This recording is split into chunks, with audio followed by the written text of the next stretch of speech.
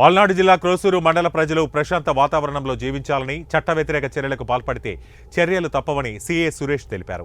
యువత చెడు అలవాట్లకు బానిసై గంజాయి, మద్యం ఇచ్చేందుకు ఉత్సాహం చూపుతున్నారని, అలాంటి వారిని తల్లిదండ్రులు మందలించి సరైన దారిలో పెట్టాలని కోరారు.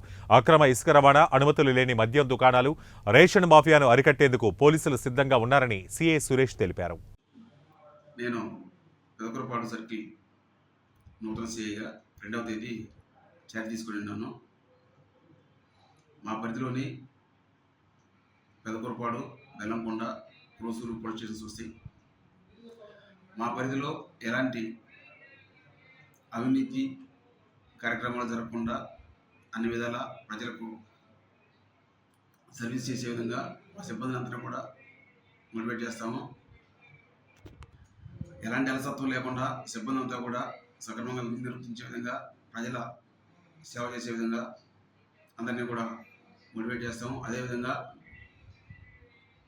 ఎలాంటి ఇసుక అక్రమ రవాణా కానీ, బెల్ట్ షాపులు కానీ ఇలాంటివి ఏ విధమైన అక్రమ రవాణా చేసినా కూడా వారి మీద స్ట్రింజెంట్ యాక్షన్ చట్టప్రకారం తీసుకుంటాము. ముఖ్యంగా యువత ఆల్కహాలు, గంజాయి వంటి చెడు అలవాట్లకు బానిసలై వారి జీవితాన్ని పాటు చేసుకుంటూ ఉన్నారు. గంజాయి ఎక్కడ ఏ రూపాన ఉన్నా కూడా మాకు సమాచారం ఇస్తే ఖచ్చితంగా యాక్షన్ తీసుకుంటాము. దాని మీద ప్రత్యేకంగా మా నిఘా కూడా ఉంటుంది.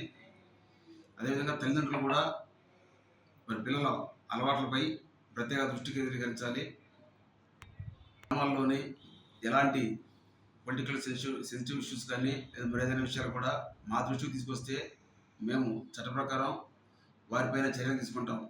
అంతేకాని ఎవరో కూడా చట్టాన్ని మీ చేతుల్లో తీసుకోకుండా మాకు సహకరించి ప్రజలకు మేము మరింత మెరుగైన సేవ చేసే విధంగా మాతో సహకరించాలని కోరుకుంటూ ఉన్నాం.